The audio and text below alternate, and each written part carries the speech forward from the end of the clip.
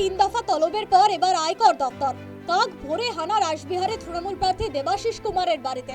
হানা দেবাশিস কুমারের প্রধান নির্বাচনী কার্যালয়, দলীয় কার্যালয়, আয়কর দপ্তরে তল্লাশি চলছে কলকাতা পুরসভার মেয়র পরিষদ সদস্য দেবাশিস কুমারের শাশুড়ির ফ্ল্যাটেও। তবে কি কারণে এরকম আচমকা তল্লাশি তা পরিষ্কার হয়নি। মনে করা হচ্ছে পুরসভার সাহায্যে জমি দখল সংক্রান্ত মামলায় দেবাশিস কুমারের বাড়িতে শুক্রবারের তল্লাশি অভিযান। একেবারে কাক ভোরে রাসবিহারী বিধানসভা কেন্দ্রের তৃণমূল কংগ্রেসের প্রার্থী দেবাশিস কুমারের বাড়িতে পৌঁছে গেল আয়কর দপ্তরের আধিকারিকরা। তারা তল্লাশি অভিযান চালাচ্ছেন। কাক ভোর থেকে সেই তল্লাশি অভিযান চলছে, প্রায় 13 ঘন্টা পার হতে যায় সেই তল্লাশি অভিযান কিন্তু চালিয়ে যাচ্ছেন তারা। শুক্রবার ভোর আনুমানিক 4:30 নাগাদ কেন্দ্রীয় বাহিনীর জওয়ানদের নিয়ে মনোহরপুকুর রোডে রাসবিহারের বিদায়ী তৃণমূল বিধায়ক তথা প্রার্থী দেবাশিস কুমারের বাড়িতে তল্লাশি শুরু করেন আয়কর কর্তারা। একই সঙ্গে তল্লাশি চলে দেবাশিস কুমারের বাড়ি লাগোয়া মনোহরপুকুর রোডের বাড়ির অদূরের প্রধান নির্বাচনী কার্যালয়, মতিলাল নেহেরু রোডের তৃণমূল কার্যালয়ে। একই সঙ্গে ইডি তল্লাশি চালিয়েছে মনোহরপুকুর সেকেন্ড লেনে দেবাশিস কুমারের শাশুড়ির ফ্ল্যাটেও। আয়কর দপ্তর সূত্রে খবর, তল্লাশির পাশাপাশি নথি দেখিয়ে জিজ্ঞাসাবাদ করা হয় রাসবিহারীর তৃণমূল প্রার্থীকে। এদিকে বেলা গড়াতেই দেবাশিস কুমারের বাড়িতে আয়কর তল্লাশির খবর ছড়িয়ে পড়ে। দলীয় প্রার্থীর বাড়ির সামনে ভিড় জমাতে শুরু করেন স্থানীয় তৃণমূল কর্মীর সমর্থকেরা। শুরু হয় বিক্ষোভ।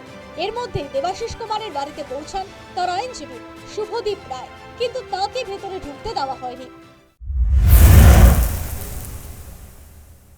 কোনো জায়গায় কোনো মানুষের বাড়িতে যদি কোনো তল্লাশি হয়, কিছু হয়, সেখানে লিগ্যাল অ্যাডভাইস দেওয়া যেতেই পারে বা লিগ্যাল অ্যাসিস্ট্যান্স দেওয়ার জন্য অ্যাডভোকেট থাকতেই পারে।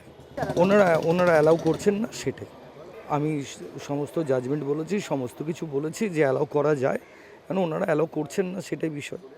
আমি রয়েছি এখানে, অবজার্ভ করছি। তল্লাশি অভিযানের মধ্যে নির্বাচনী কার্যালয়ে ঢোকার চেষ্টা করেন দেবাশিস কুমারের এক্সপেন্ডিচার এজেন্ট রাকেশ কামাত।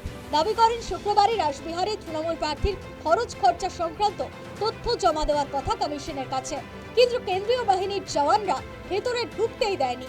উল্টে তাকে শারীরিকভাবে হেনস্থা করা হয়েছে অভিযোগ তুলে কমিশনের শোকজের মুখেও পড়তে পারেন রাসবিহারীর প্রার্থী, এমন আশঙ্কা প্রকাশ করেছেন দেবাশিস কুমারের এক্সপেন্ডিচার এজেন্ট। আমাকে ধাক্কা মেরে বাইরে বের করে দেওয়া হয়েছে। আর এখানে আপনি দেখতে পারেন আজকে 17 তারিখ 2:30 থেকে 5টা আমার 2:30টার সময় আমাকে ওখানে প্রেজেন্ট হওয়ার কথা। 9 জনের মধ্যে 8 জন ওখানে প্রেজেন্ট হয়েছে, কিন্তু আমি একা এখন প্রেজেন্ট হতে পারিনি। আর এখন বাজে 2:24। আপনি হচ্ছে এক্সপেন্ডিচার এজেন্ট ওনার। এখন 2:24 হচ্ছে। আপনি বলুন 6 মিনিটে কি আমি ওখানে গিয়ে পৌঁছাতে পারবো? যদি এটা না হয় তাহলে কি হতে পারে ওনার ক্ষেত্রে? এটা শোকজ করতে পারে ইলেকশন কমিশন ক্যান্ডিডেটকে। এবার ইলেকশন কমিশন এখন সবথেকে উপরে বসে আছে কি আইটি সেক্টর আর ইডি সেক্টর, কি কে বসে আছে এখন, ডিসিশনটা কে নেবে? তবে বিকেলের দিকে প্রার্থীর খরচ খরচা সংক্রান্ত তথ্য নিতে পারেন দেবাশিস কুমারের এক্সপেন্ডিচার এজেন্ট। প্রায় 13 ঘন্টা জিজ্ঞাসাবাদের পর সন্ধ্যের দিকে তল্লাশি অভিযান শেষ করেন আয়কর কর্তারা। News time.